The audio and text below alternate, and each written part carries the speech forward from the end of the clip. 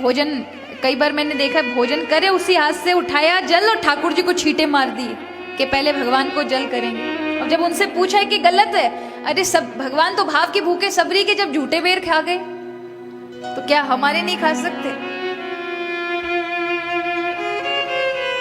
महाराज सबरी जैसी भावना आप में इतनी सी हो जाए तो ठाकुर जी आपके झूठे भी खा लें। है नहीं इतनी सी भावना और सबरी जी का नाम लेकर के और गलत कार्य कर रहे हैं और नाम सबरी जी का रख दिया। जरा विचार करें, सबरी जी का इतना सा भी लेश मात्र आ जाए जीवन में तो भगवान प्यारे लगने लगेंगे। ये वो सबरी हैं कि जब इनका विवाह हो रहा था, बालपन में देखा इतने सारे पशु मेरे लिए कटेंगे तो रात में ही भाग गई। भिलनी थी जाति की, आदिवासी महिला थी, किसी ने नहीं अपनाया। इतनी जंगल में किसी ऊपर पेड़ पर चढ़कर पूरी रात बिताती, पूरा दिन बिताती। रात्रि में संत जाते थे उस मार्ग में, कंकड़ आदि देखती कि यहाँ पर एक संत को कांटा चुभा था, यहाँ कंकड़ से गिरा था। फिर सुबह उठकर जल्दी जल्दी सारी पूरे सड़क को, उस पगडंडी को साफ करती रहती थी। कोई आए, कोई गिरे नहीं। देखा एक बहुत बुजुर्ग महात्मा है जिनका नाम है मतंग ऋषि, कुलपति माने जाते हैं, क्योंकि उस समय वही एक ऐसा गुरुकुलम था जिसमें इतने सारे शिष्य अध्ययन करते थे, जहां पर आचार्य के रूप में श्री मतंग ऋषि थे। उस महिला ने देखा एक दिन ठोकर लगी थी महाराज को। प्रतिदिन लकड़ी लेने आते, मेरा किस काम का ये देह अगर मैंने उनकी सेवा में नहीं लगाई। प्रतिदिन लकड़ी लेकर जाना और रात्रि में ऋषि के आश्रम के बाहर छोड़ जाना। किसी ने देखा, एक दिन मतंग ऋषि ने कहा, कौन ऐसा चोर इतना सुंदर सेवक का काम करता है कि रात्रि में लकड़ियां रख जाता है। उस रात को मतंग ऋषि सोए नहीं। देखा तो एक भिलनी आती है, एक बालिका 20-22 वर्ष की उम्र है, बड़े फटे कुचले वस्त्र हैं, लकड़ी रख करके और भाग रही थी। तो मतंग ऋषि ने पकड़ लिया, इधर आ, कहाँ जाती है? तो रो पड़ी, मैं नहीं आ सकती, मैं अछूत हूं, आपका स्पर्श कर लूंगी तो फिर आप अपवित्र हो जाएंगी। मैं बस लकड़ियां, मेरे पास और कोई सेवा नहीं बन सकती, मैं बस यही करने आई हूं। ये सुनकर मतंग ऋषि की आंखों से झरझर अश्रु बह पड़े। अरे बेटी, तू तो बहुत बड़ी भगवत भक्त है, हमसे भी ज्यादा पवित्र है। आ, मैं तुझे वैष्णवी दीक्षा दूंगा। तुझे तो भगवत नाम लेना चाहिए, तेरा इतना प्यारा हृदय है। अगर इस हृदय से तूने ठाकुर का नाम ले लिया तो कल्याण हो जाएगा। रो पड़ी, मुझे कौन देगा वैष्णवी दीक्षा, कौन भगवान का नाम देगा?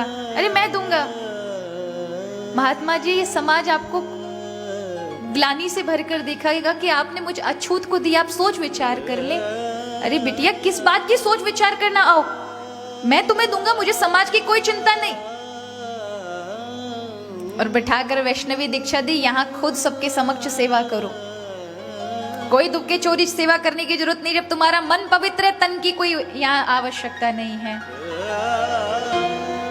और वही सबरी को जब सुबह लोगों ने काम करते हुए देखा तो मतंग ऋषि को भला बुरा बोलने लगे। ये कैसा साधु है, एक शूद्र जाति की उस स्त्री को अपने आश्रम में रख लिया, वैष्णवी दीक्षा देते हैं, इसने सब अशुद्ध कर लिया, इसे सब चले जाओ, यहाँ अगर रहे तो ज्ञान नहीं टिकेगा। और सभी संतों ने छोड़ दिया, सभी संतों ने छोड़ दिया।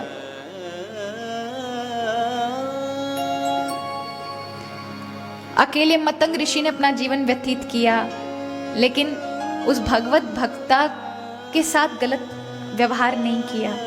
उसको आश्रम में रखा, जब तक मैं हूं तुम्हें डरने की जरूरत नहीं है बिटिया, भजन करो। और एक दिन आयु समाप्त हुई और जा रहे थे भगवत धाम को तो सबरी रो पड़ी। आपके आश्रय के कारण मैं स्नान आदि कर लेती थी, आपके आश्रय के कारण मैं यहाँ इस कुटिया के इर्द गिर्द घूम लेती थी। आप चले जाएंगे तो यहाँ के लोग मुझे जीने ना देंगे। गुरुदेव मैं क्या करूं, मुझे तो कुछ बताएं, मुझे साथ में लेकर चलें। तब देह त्याग करते समय मतंग ऋषि के वाक्य थे, बेटी मुझे तो राम जी से मिलने के लिए इस देह को छोड़कर वहां जाना पड़ रहा है। लेकिन तेरा प्रेम इतना प्रिय है कि राम ढूंढते ढूंढते तुम्हें तुम्हारे यही कुटिया में आएंगे, कहीं जाने की जरूरत नहीं है, यही प्रतीक्षा करो। उस दिन का दिन था कि वो कुटिया से बाहर ना निकली। एक दिन किसी कारणवश पास ही में पंपा सरोवर था, गई स्नान करने के लिए। सुबह जल्दी कर लेती थी जिससे कोई संत और कोई ब्राह्मण ना देख ले, नहीं तो मुझे छोड़ेंगे नहीं। एक दिन सुबह ब्रह्म मुहूर्त में थोड़ा ज्यादा देर हो गया, विलंब हो गया, सूर्य उदय हो गए। ये स्नान करके चुपके से आ रही थी, एक ब्राह्मण ने देख लिया और जैसे ही देखा, इस कलंकनी ने सरोवर में स्नान करके हमारा सरोवर अशुद्ध कर दिया, इसका देह से जल नीचे गिरा होगा। और कहते इतना कहा ही था, ये रोने लग गई तो वो सरोवर रक्त का हो गया, खून से भर गया। और सबने इसका दोषी सबरी को बना दिया कि ये इसका कारण ये है, ये कलंकनी गई थी वहां पर स्नान करने के लिए और देखो इसके स्नान से ये रक्तमय हो गया। उस दिन से उसने कुटिया का दरवाजा लगा लिया। बस आस पार कटीले वृक्ष हैं, उनमें से कुछ बेर लगते हैं। हर सप्ताह में एक बार जाकर जिस पेड़ का बेर मीठा है बस उसे पहले चख लेती है और वहीं से फिर बेरों को निकालती है, इसके मीठे फल हैं। हर बार का यही काम है।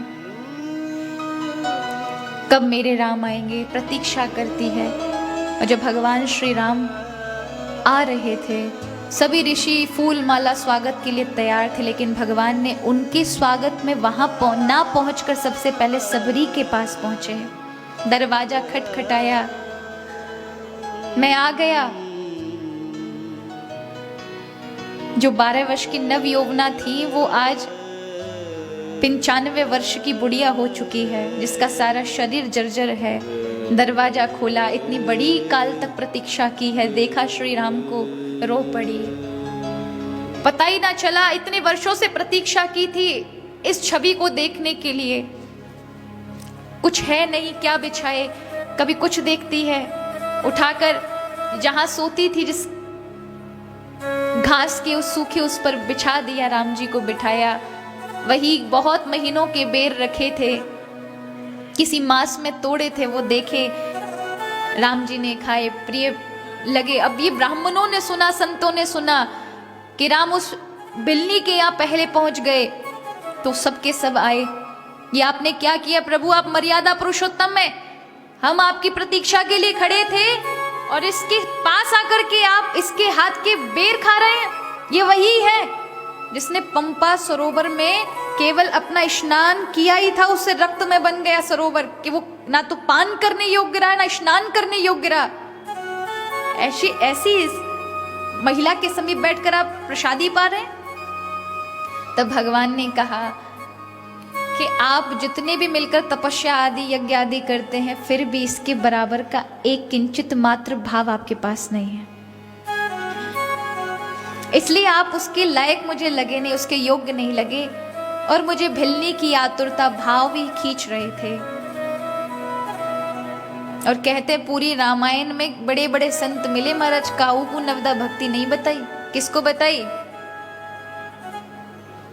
सबरी मैया को बताए। पूछा इस पंपा सरोवर का कारण रक्त का, आप अपने चरण रज रख दीजिए तो पंपा सरोवर पवित्र हो जाएगा। तब प्रभु ने कहा नहीं, मैं रख दूंगा तो और कीड़े पड़ जाएंगे,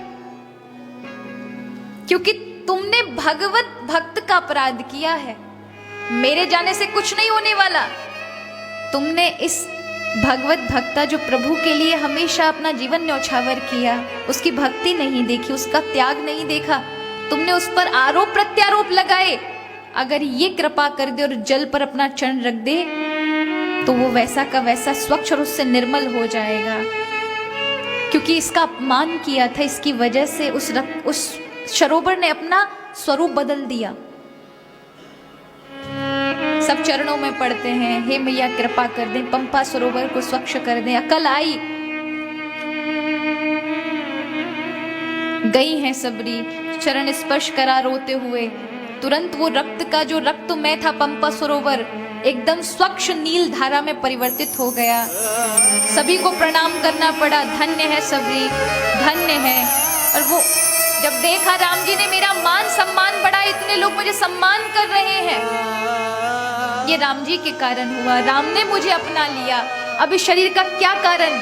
और उसी समय पंच तत्व में विलीन हो गई, अपने शरीर से योग शक्ति उत्पन्न कर ली, योग अग्नि उत्पन्न की, और वहीं की वहीं अपने शरीर को जलाकर भस्म कर दिया।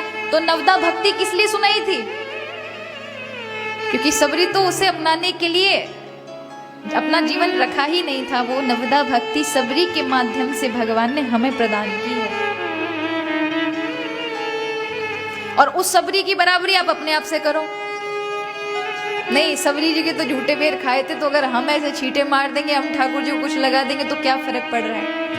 ऐसे हमने ऐसे भक्त देखे जो रात दिन ठाकुर जी की सेवा करते, वो ऐसे कार्य कर रहे थे। जब आपको पता है कि ये गलत है और बुद्धि है, विवेक है, जानते हो कि ये गलत है, अच्छा बुरा है, फिर भी गलत कर रहे हैं, तो परिणाम भी अपराध में आता है कि आपने अपराध किया है, उसका परिणाम बुरा होगा।